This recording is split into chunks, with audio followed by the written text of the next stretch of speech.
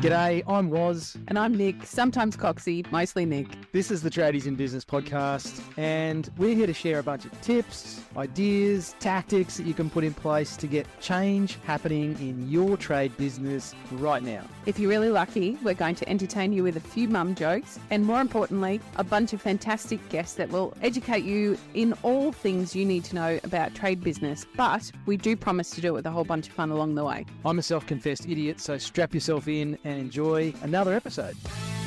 Hello, Warwick. Hello, Nic. Hello, listeners. Welcome to another episode. You already know which podcast this is because you listen to every single one because you're so dedicated to improving yourself by consuming the content that Coxie and I create. Why am I laughing as I say that, Nic? I don't know. I think that I should have gone with the joke after all.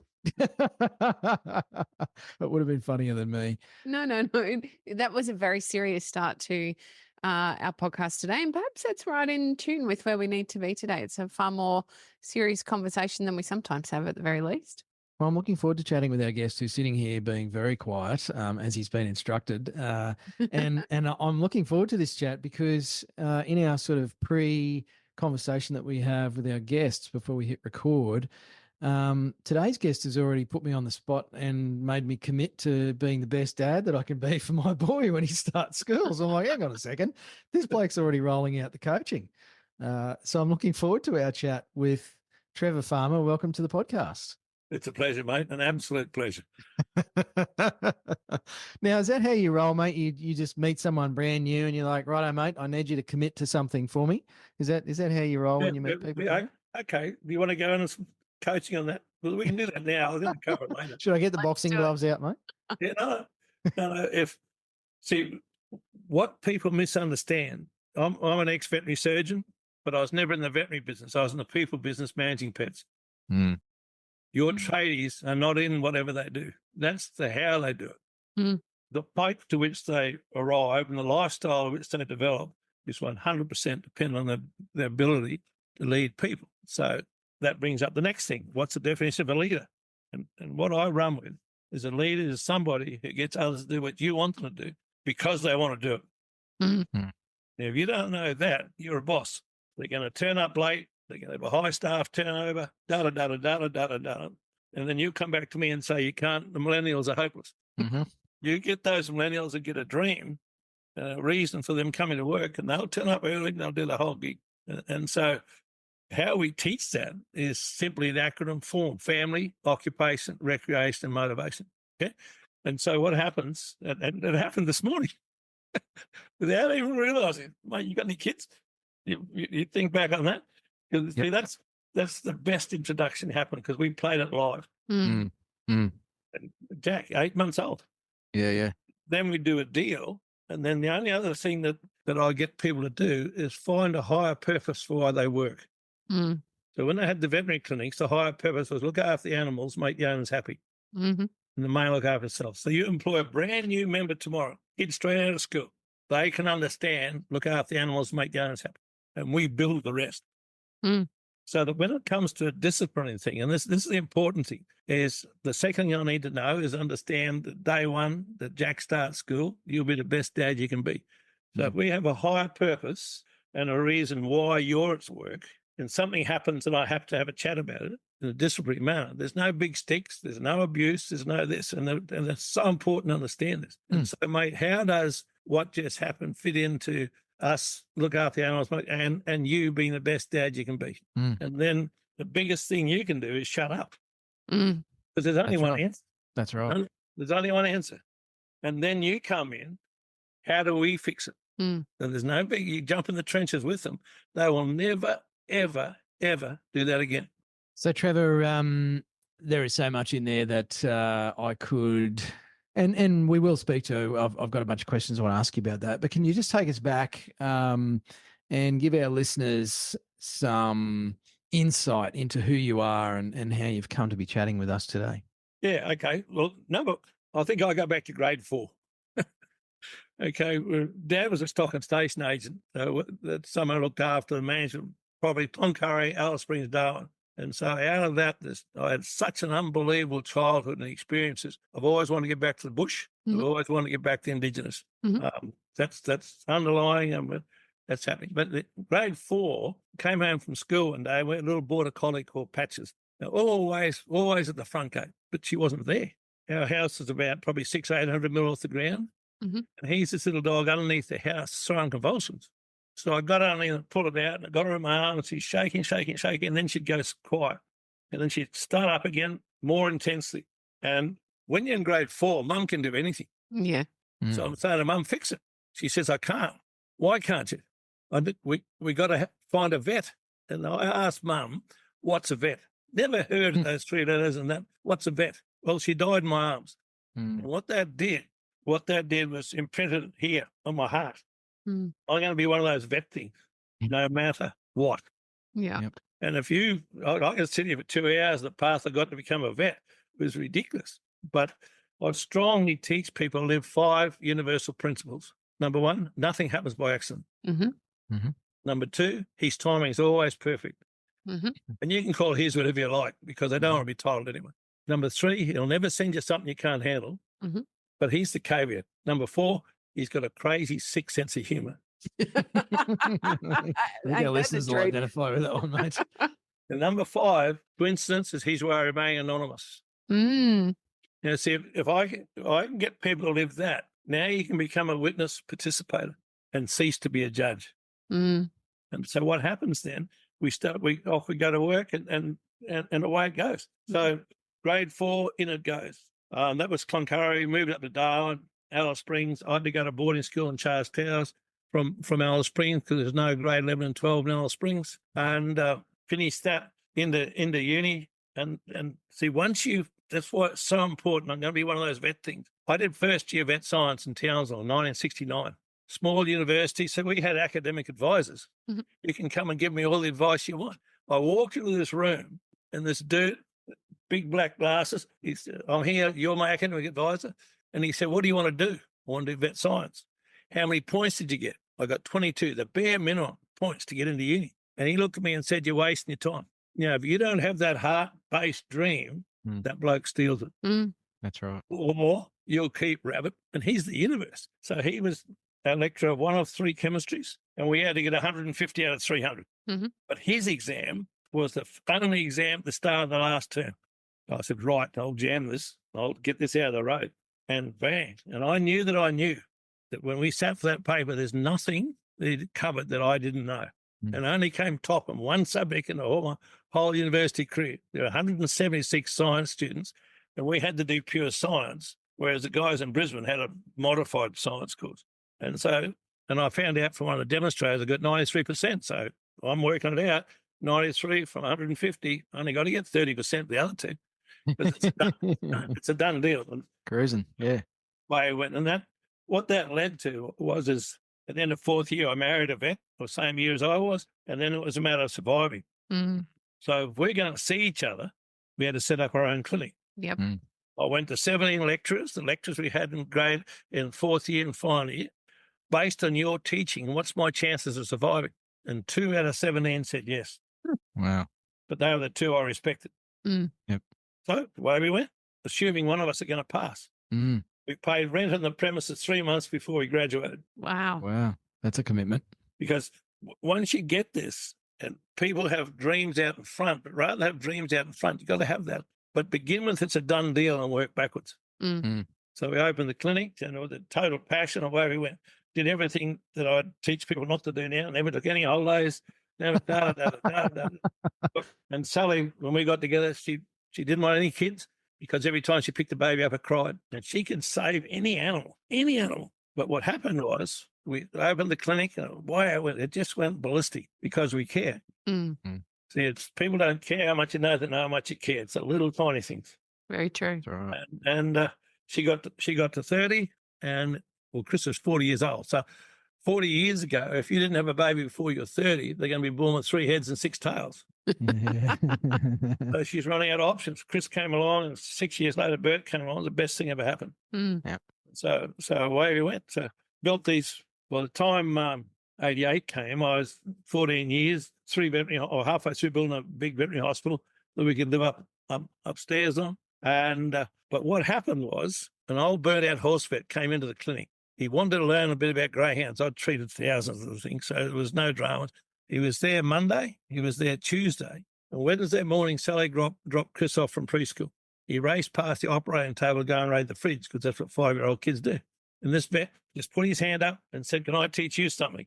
I said, "Yeah, absolutely." And all he said was, "At the pace you're running at, soon that kid will be 18. And we go through life, there's forks in the road. And quite often you're going to take the fork that's got the least amount of traffic on it to be where you are because you followed your heart. Mm. So then the universe comes into play. A mate I had one cup of coffee with like 4 years earlier turns up in Townsville and he got involved in network marketing. And see, I had to go for a run in the mornings and I've had 2 callings, if whatever that means. One was it has to be incredibly strong for a very short period of time. And the second one was the limitation of your futures between your ears. Mm-hmm.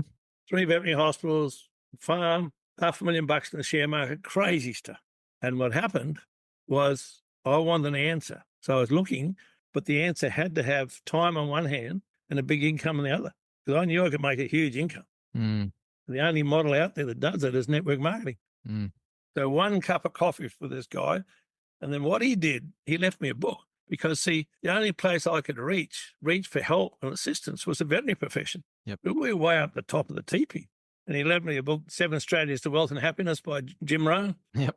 And that was the start. So just absorbed it and swallowed it, sold the clinics within 12 months. And to become a full-time dad, a whole lot of financial things I did wrong, but the gig was to be a full-time dad. And so we did that and got involved. And I guess the next big thing was be very careful what you say when you're setting those dreams. Mm. Sally had retired Mm-hmm. and I wanted to be a full-time dad. On the 8th of February 2001, Sally took a life. Oh, Trevor. I got what I asked for. Mm. We became the 3 Musketeers. Mm. See, that's why I'm adamant that what we've got our hands on is the most streetwise mental health program out there. Mm. Because it's simple. We've tested it for 8 years and it's just so ripe. I mean, a farmer goes every 10 days. Yeah. Yep. A vet goes every 3 months. A partner gets murdered by some clown every 4 days this year. Mm. What's going on? Yep. What's going on? And it's not always as obvious, Trevor. I mean, without delving into your personal circumstances, you sold practice. It sounds like, financially things are okay. And it would be easy for people to think that, it doesn't make sense, but it's not as obvious for those of us who have had experience with people who have struggled with their place on the earth. And Nick and I both had personal experience with that as well. And it's usually only in hindsight that we can start to put the pieces together and realize that it wasn't the obvious stuff that should have meant they were okay. There was other stuff going on that meant they weren't okay. And that's what I've found over the years with a lot of the awareness programs and mental health programs and stuff. It's perhaps a little surface level, a little too obvious, but there's more going on, as you've just alluded to. What's different about perhaps what you've learned and in terms of the program that you run, Trevor? Yeah, well, I think listening to it, introspection begets wisdom. I cannot put that in front of you enough. So to look within is to make you wiser. If you don't honour that, it'll either lower your self-worth or it'll make you feel guilty, both of which blow up tomorrow. That's right. So pull up, introspection begets wisdom. What happened, I'd taught this success stuff, as I said, for 30-odd years. And the ladder came from a book by David Hawking, Letting Go, Dr. David Hawking. And if I've got an ability, it's to take a really complex thing and put it as a simple product that everybody can relate to. And so this ladder here, if you have a good look at it, it's color-coded. And how it's played, there's a QR code in the bottom, and that's 10 minutes of me to explain the ladder, because people come to our workshops, they go home with the ladder, they put it on the fridge, and people's friends say, "What's that?" They're fully disgusted in 1.5 minutes. Yep. So that's 10 minutes of me teaching exactly the benefits of and this, that, and another. And if you're in the dark red zone, don't hesitate to reach for medical help because you may need it. Yep. Yeah. Yep. How it works, and what David Hawking said, what is held in the mind, including your subconscious, tends to manifest. And your body simply follows it. So if we undo that, if you've your knees go or whatever happens. Okay, what's going on behind the scene? And so whenever I'm working with people and a physical thing comes up, I said, can I ask you a question? What went down emotionally 60 to 90 days ago? Mm. And for more than half of them, they just break out in tears. Male or female. Yep. Male or female. So, okay, that's what it is. Let's move forward. And then the key to why this works, though, is so we just cover the ladder now. At any one time, the little voice in your shoulder, what is the feeling behind what you just said to yourself? Mm. And this ladder's got 17 rungs of consciousness on it, and you may be angry. If you accept your anger, you move up to the light between green and yellow. You're operating on a different vibrational frequency, and the anger loses its power. Mm. You might be there for 10 minutes, you may be there for 20 minutes, but you'll only be there 2 or 3 times, and away you go. What most people don't understand is it's a ladder. And to climb a ladder, so many people are in shame, then they feel guilty, and they get the top of it. Anger. Anger is the height at which they do something based on that anger and vibration, which then makes them shameful. Back They're down. still climbing a ladder. Yep. But what they don't understand, there's only 2 emotions. One is love, which is above courage. The one is fear, which is below courage. Now, the key to all this work, and I'll just run you past this right now, the key to all this work is when I work with people, I get them to understand the definition of a vision. Because a man without a vision will perish. Everybody knows that.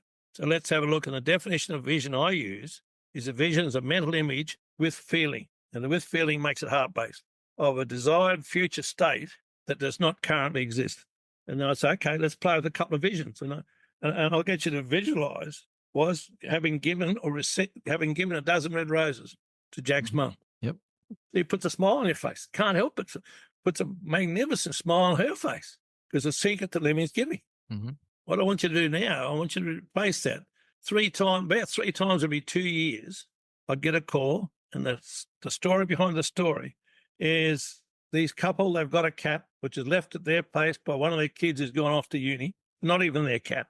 And this cat is a proper cat that does what cat things do. One of the things that cat things do, if someone comes to the house that doesn't like cats, this bloody thing goes round and round and round and round and round. Drives them crazy. So friends come over for dinner, you usher them inside, the pussycat's doing what pussycat does, and it's a nuisance because this bloke can't stand cats. So you pick the cat up and you put it outside the door. Now the cat's cold, winter, even in Townsend. Mm-hmm. It goes and finds the warmest place it can to go to sleep, and that's the tray underneath the radiator fan of your friend's car because the engine's still warm. Mm-hmm. You have a great night, you go and usher your friends in the car, they turn the key over. Visualize that for a second. You can hear it, you can smell it, but if you got it to me alive, I can rebuild it. There's no doubt about that. But here's the key. This is critically important. My question is, what happened to the picture of a dozen red roses? So you and no one else but you have just categorically proven to you that you control how you think. Not the weather, not your job boss, not you control how you think. Now, that accident happened on Sunday night, and you've just rung your son or daughter to let them know how the cat's going in the hospital. So they're going to feel really sad. Yep. See, it wasn't the event that made them feel sad. That was on Sunday. It wasn't until their thought process knew of the event that they chose to feel sad. Welcome to the ladder. Because once you understand that and hold that accountable at any one time, where am I on this ladder? That's why I get people to put it in the fridge. Trevor, how do you speak to the thing that, well, I see in a lot of people is almost a state of denial around what you've just demonstrated, is that we are in control of our thoughts and therefore our feelings. And I come across people who they acknowledge that that's a possibility for some people, but for them, it's not the case. You know, it's like, yeah, but you don't understand. I've got this going on and this going on. And how can I possibly think any differently when, you know, my staff aren't working effectively? I've lost all this money on jobs. I can't pay my bills. You know, my wife and I are more distant than we've ever been. I don't have time for the kids. And when I do, I don't want to be around them anyway. How can they possibly just, you know, click their fingers or wave a magic wand and just think differently? You know, for a lot of people, it seems almost fanciful. Well, how do you cut through that with people? Beautiful. The best way to cut through it is put it, like I just described to you guys, on the table. Now we can talk. And then can I ask you a couple of questions? Mm-hmm. Lead with a question. Always lead with a question. And when they say yes, now we're on a level playing field. Mm. So whatever it is, it's them at the top of the teepee that have lost control of their life.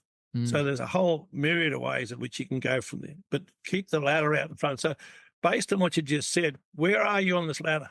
Mm. And get them to own it. And they will be either worried, and see, all worry, all fear, it's from the rung of worry, and all anxiety is a high energy form of worry. Yep. So if you're anxious about it, and the other thing that's really important is to just jump in bed with them and say, mate, I understand it. I've been there. If you're under financial pressure, that's the worst cloud you can get. It just sits over you for 24 hours a day, 7 days a week, forever. That's right. But who put you there? Didn't just shut up. What we're about is let's jump in the trenches together, and we'll move you out of here. And then I would then go back and say, you got kids? Well, I would know that. I probably worked with a guy. Yeah, okay. So let's go and think about what we set up. Let's go back and have you the best dad you can for when Jack starts school. You have to go back to the dream because they're living in an ever descending energy pool below courage because they're living as a victim. Trevor, can you talk to us a bit more about that concept? It's something I've come across a couple of times. The opposite of fear isn't courage, it's love, and vice versa. And just picking up on what you talked about before, it's almost like courage is actually the thing that changes fear to love, or vice versa. It flips us between the two. It's not the opposite. So can you just expand on that for our listeners a little bit, mate? Okay, here's the question. What's the only word that's ruled the world since 9/11? It's probably an obvious one, mate. No. What is it? Fear. Yep. Fear. So if we all live in fear, we create ISIS. We create ISIS because we're all operating the vibrational frequency of a victim. And that's, look at today's world, for God's sake. But as long as I can get you to put your head in the pillow at peace tonight, and we throw our rock in our puddle and it just radiates out, we can change it. Here's a bit of scientific information for you. It only takes a square root of 1% of the population to change it. So 20 people at one of our workshops, 20 squares, 400, 1%, we've influenced 40,000 lives. We are so close, as long as we understand, step above courage. And this answer is not going to come overnight, because it's going to take them anywhere between 1 to 20 years to get to where they're at. And that's why I call all our workshops now, what's happening on your watch? See, when I'm brutally honest about it, after being married for 27 years, Sally took her life. That happened on my watch. And when I can get people to take that accountability, we can move mountains. Because the rest of the workshop is there's only 5 reasons that can screw people up. Number one, what happens is a spent check. So they're living in the past. What happens tomorrow, you got no guarantee on. So stop worrying. But the biggest one for 95% of people, 95% of the time, in 95% of cases, is unresolved relationships. So the way I teach it is bank manager rings up at 5 to 5. Like, g'day, Waz, how are you? Puts the phone down. Why me? Why does he want to ring me? Now, if you ring him at 2 minutes to 5 and say, listen, Fred, I want an appointment to see you at 10 o'clock on Tuesday morning, you're at total peace. It's not the financial problem. It's resolving to solve the problem that brings you peace. And that's the third one. What goes around comes around. We all understand that. Anyone accumulates power, self-destructs. So there's only 5. And that's what and each one of them is different. So we just work it through. So each step, so they own what we're discussing, and always go back to, mate, based on where you're at, who are you going to be when Jack starts school? But clearly you've done a lot of your own self-work to get you to this point, to be able to A, articulate it, but B, put it together as a workshop that people can do so they can be influenced to create their own change. Can you tell us a bit about that work you had to do yourself to get to this point? Yeah, it came out of that run. I went for a run. The limitation of your future's between your ears. That was the start. And I was searching, absolutely searching. I was lost, but I didn't know where to go. And what do we do? What do we do as providers, as male? Work harder. Madness, absolutely madness. And the first thing I teach people, first thing is, if you own your own business, so what holidays do you take? what in North Queensland, the least productive month of the year is February because of the wet season, and I will not accept a holiday less than 2 weeks because you can't. You just cannot relax. So set the holidays up in a way. I took 12 weeks off in 14 years, 6 of those to get a hernia fixed. And everybody would tell me I'm a raving success. And in my head I was. But the end result of it's not worth it. And so it's a matter of meeting them where they're at. And then, as I said, introspection begets wisdom. I can teach about not having a holiday, so I didn't take them. I can teach about losing my wife. I don't want you to go through that. No. And it's what I searched for, Nick, was just, and it wasn't actually craving a search. It was just interesting. It was just reading from one to one to one to one. Ah, that makes sense. This makes sense.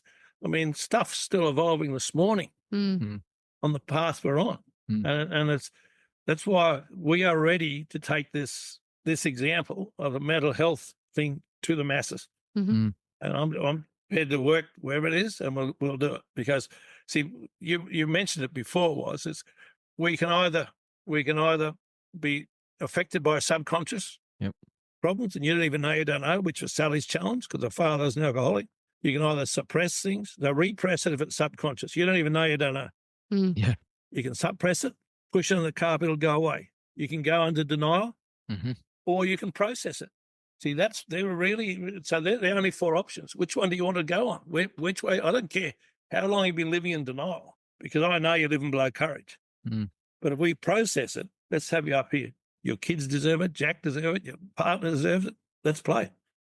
Trevor, it's I think something else that I've observed is that a lot of people they cognitively know or agree with these sorts of principles. You know, that they would be listening to you speak through this and go, yeah, well, I don't want to be in denial, and I absolutely want to process it.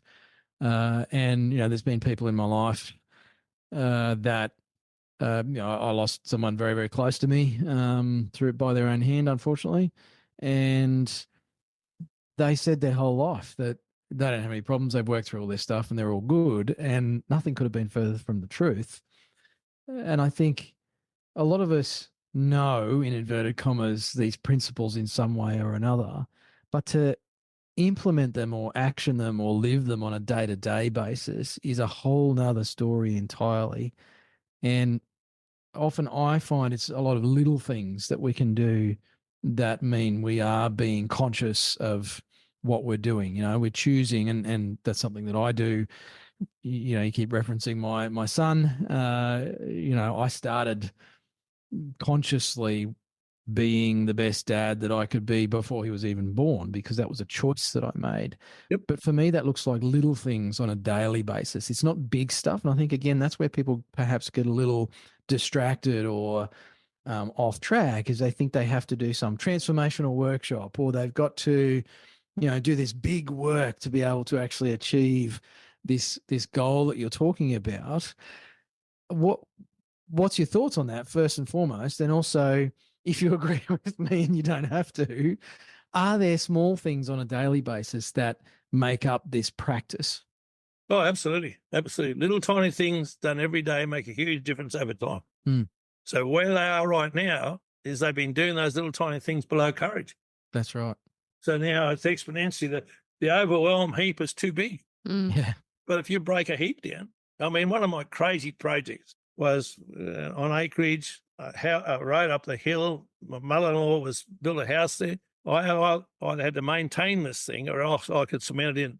Telstra came in and they put the cable straight up. You know, that's going to wash you out in 12 months. Or I can cement it. Now, what actually happened, by hand, 143 tonne of blue metal, which is 120 tonne of sand, and about 26 tonne of cement powder.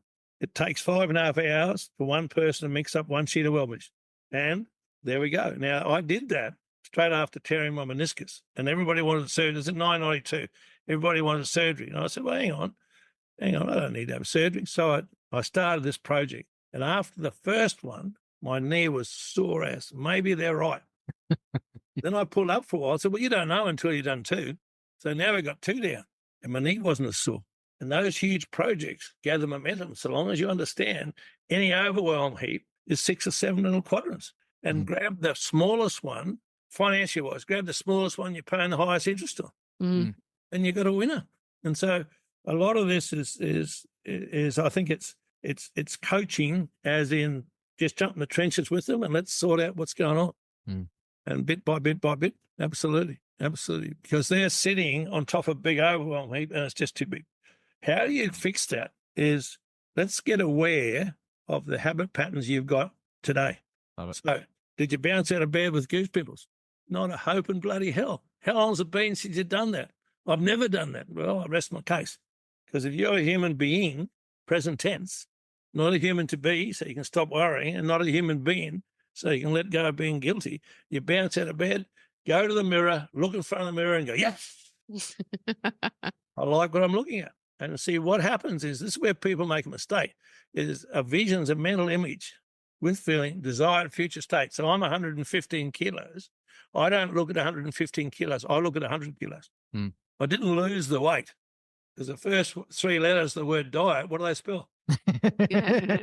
What's your subconscious mind? What's its role?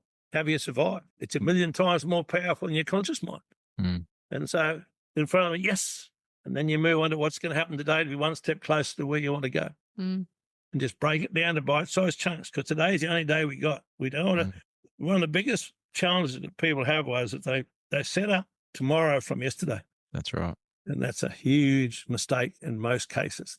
That's 100% a bad mistake if they're living below courage. And so what we do is, through the workshop, we go through all this stuff and have people around you. And if you study networks, if you study the SEALs, if you study SAS, they study a whole lot.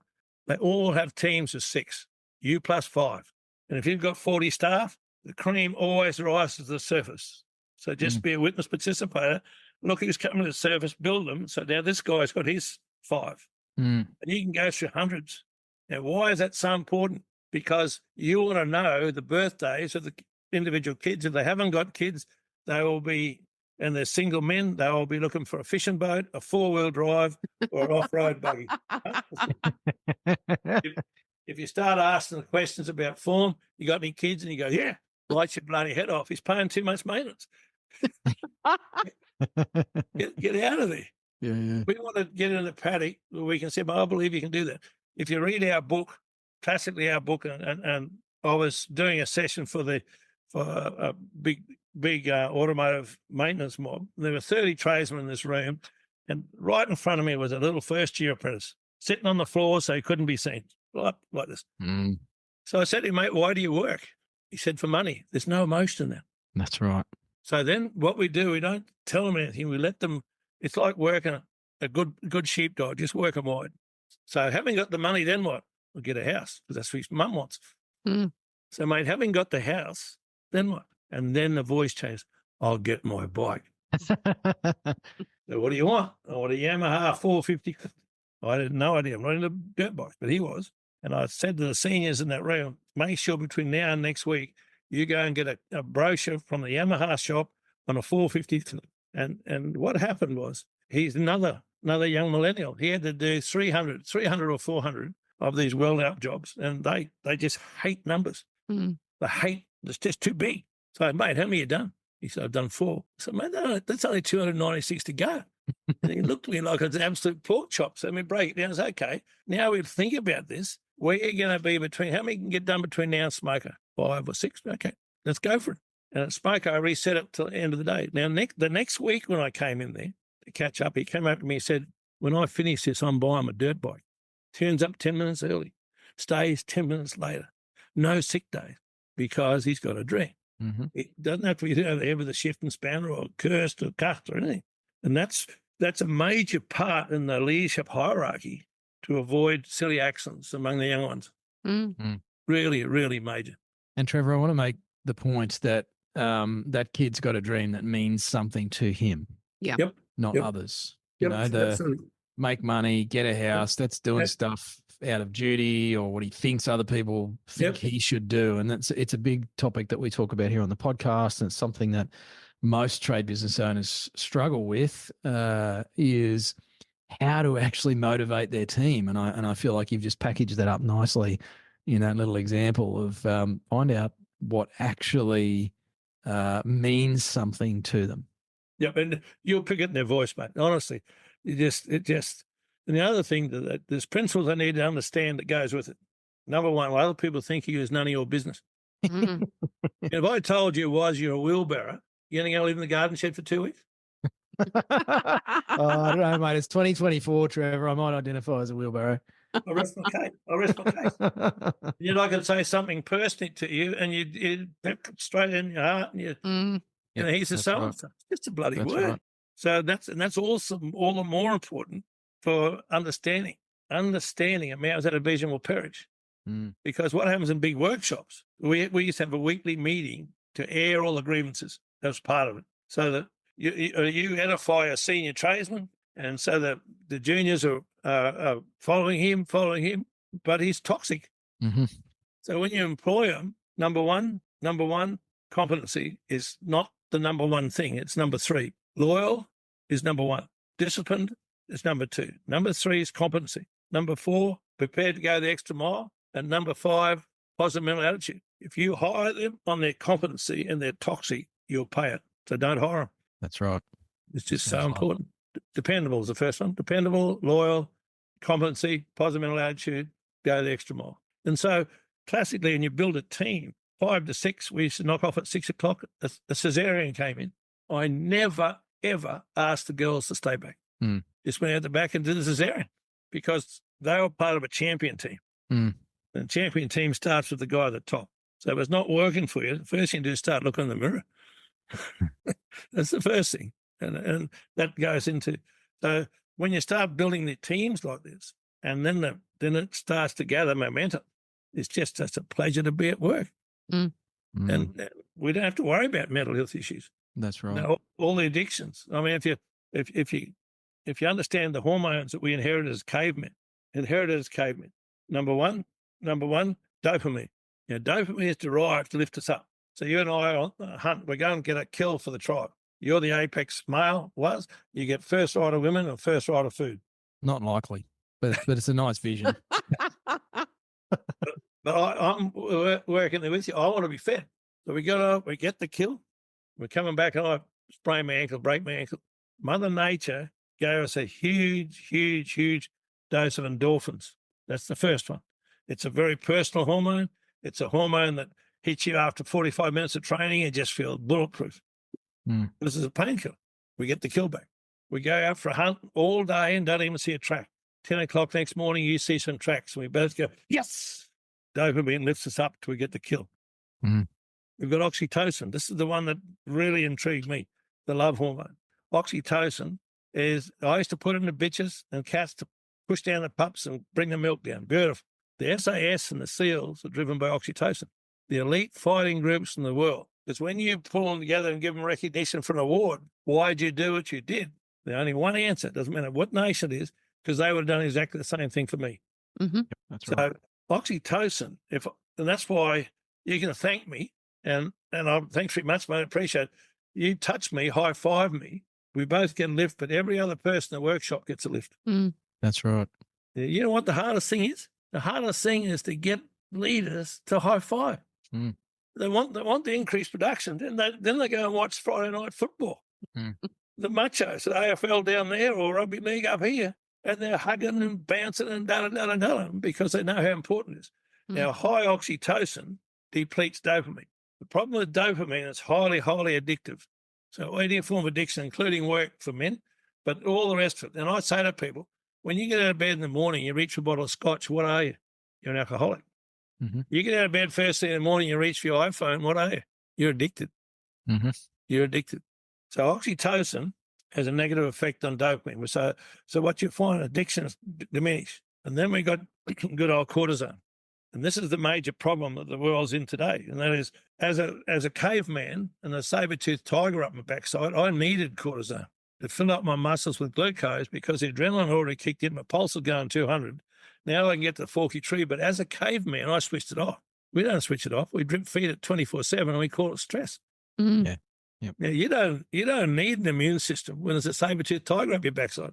Yeah, that's right. And and cortisone inhibits oxytocin, which brings the addictions back in. And the final one in the set is this melatonin. That's the healing hormone. You know, there's a saber-tooth tiger walking in the front of your cave. You know, you shouldn't go into a deep sleep.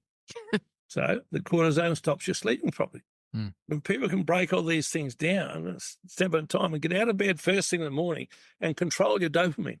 Look in front of the mirror. Shit, I like what I'm looking at. You don't have to like what's coming back in the mirror, but you have to give yourself the self-worth, and away you go. It's about putting it out there. Absolutely. And I have a problem with the way, well, I'll call it our industry in terms of coaching and mentoring and some of that motivational stuff, is this whole idea of fake it till you make it. Yeah, bullshit. And unfortunately, punters have misconstrued that, and it's not necessarily their fault. The best implementation of that I can come up with is a bit like you're saying, Trevor. You know, look in the mirror in the morning and go, yes, I don't have to like what I see, but if I put it out there, I fake it, eventually it manifests. Yep. After creating that as a habit, whether it's doing the mirror thing, whether it's, you know, going to the gym when it's 5 degrees outside and you really don't feel like it. I don't have to love it, but if I go and do it and I fake it, ultimately in time, our bodies actually flick over to, no, this is who I am. And it becomes reality. So I think for a lot of people, what sets that off, mate, is you get in front of the mirror the very first day that Jack starts school. This is the dad that's walking across. Then you'll go and do your training. That's right. That's right. The visions. It's in our book. I helped a young guy win the World Open water ski titles. Our book's entitled The Last 1%. And where that came from, this young bloke, he's an Australian champion, no doubt. He was a good skier. But during that first conversation, I said, mate, I know nothing about water skiing. I know an awful lot about the last 1% between your ears. And he said, I'll grab that. Now, that was 1997. He won the world title. And the things that you talk about a vision. When I started working with him, because one of the biggest, what happens to these guys that ski for an hour out in the ocean at about 85, 95 mile an hour, it's a nasty sport. You fall, broken neck, or pull a brachial plexus out and get a dead arm. So I'm working with this guy. And I said, hey, he could win the world title, win the first 3 races, and break his neck in the 4th one. Yep. They have 4 races, a race every 2 days. And so I thought, that's easy. We just win all 4. I didn't know. I'd never been to one of the carnivals. So that's what we put out there. Ladies and gentlemen, please welcome the first male athlete ever to win a straight series. All set up by someone who knows nothing about the sport. But Wayne grabbed hold of the vision. We lost touch in 97 and went on with life. And then when this COVID thing came, we had to write a book. I got back in touch with him. He went on and won 5 world titles, 3 in ocean going water skiing and 2 in wakeboarding. He's never fallen off. Because the principle's the principle. I should have come and spoken to you before I went kneeboarding behind a jet ski. Buggered my shoulder properly. Yeah, well and truly, mate. But clearly it was what was going on between my ears or not. Yeah. So this whole gig is simple. Yep. I never ever tell people it's easy because it's not. No. You've got neural highways going in there, which is so deeply entrenched. It's probably been set up since you're a little tiny kid. And then the last part of all we do is help people reprogram their subconscious. And because that was set up during your mum's conception. Mum was stressed during pregnancy. You were born stressed. The first 7 years, we were at a different consciousness level as a download. So that's mum, that's dad, that's the car, that's this, that's that. Had to learn a very complex language. But unfortunately, what went in by those who know no better is you're a bad boy. Little boys are seen, not heard. Little boys don't cry and all this crap. And then they go and test it in their teenage years. And away we go. And I guess the other big for me right now is understanding and really, really zooming in on these on the phones. It's really, there's an incredible book called The Anxious Generation. Instagram 2010, Facebook bought it. 2020, the suicide rate in young teenage girls went up 164%. Because now, after the first time I could look at myself and take a photo, then I put it out there. And the ones that are jealous give me a hard time, the ones that don't, and so on and so on and so on. And they don't have the frontal cortex development to handle it. Dolly was 14. And so that's the key. See, this is all part of the mental health gig. And it's and we do a whole lot of stuff on relationships as well. Why is it? I mean, it's 2 days you can afford to give a fair bit of cheat and let's play. Trevor, we could go for 2 days, but we won't because I don't think our listeners have got that much endurance in their ear holes. I want to ask you one last question before we do wrap up today. If you had 1,000 trade business owners in a room, what's one piece of advice you would like to leave them with? Love is spelled T-I-M-E.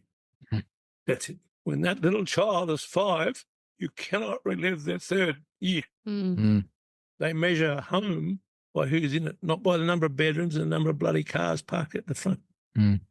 You tuck him into bed at night. You ask him, what'd you do today, mate, to make the world a better place? Separate. You're not a bad boy. Chris, I strongly disapprove of what you've done, but I love you as a person. You maintain their self-worth and you be that strength of love, because love's the strongest force out there. And the big, tough macho guys don't understand that. So love is spelled T-I-M-E. There we are. Thanks, Trevor. Thanks. Cracking way to wrap up our chat. Appreciate everything you've shared, mate. If listeners want to go and find out more about your book or your program, what's the best place to go and do that? My partner is the systems lady, so she... Great admission, Trevor. if they want a copy of the ladder, www.topcatz.com.au/the ladder. Got If it. they want to get a copy of our book, just www.topcatz.com.au. Topcatz.com.au. Love it. Yep. And so, yeah. Well, Trevor, thank you for your time today, mate. Thanks for sharing so openly about your story and some of your amazing tips. I think there's heaps and heaps of actionable stuff in there for our listeners. As we've said, if you want to find out more about Trevor and the team and what they're doing, topcatz.com.au. And, mate, all the best with rolling out the ladder. It's been a pleasure, mate. You probably gather I'm passionate about this. We didn't even go into what it takes to be. Anyway, it's just flown. Absolutely, because I bat for the kids. You mightn't like it, but that's what the gig is. And whether you like it or you don't like it, Jack's going to start a great one. Who his father is 100% dependent on Waz. And a lot of these guys do it out of ignorance because, see, their parents worked 100 hours a week. And so let's give them a program that they can follow, that they can relate to. So thank you. Thank you, Trevor. Thank you, Trevor.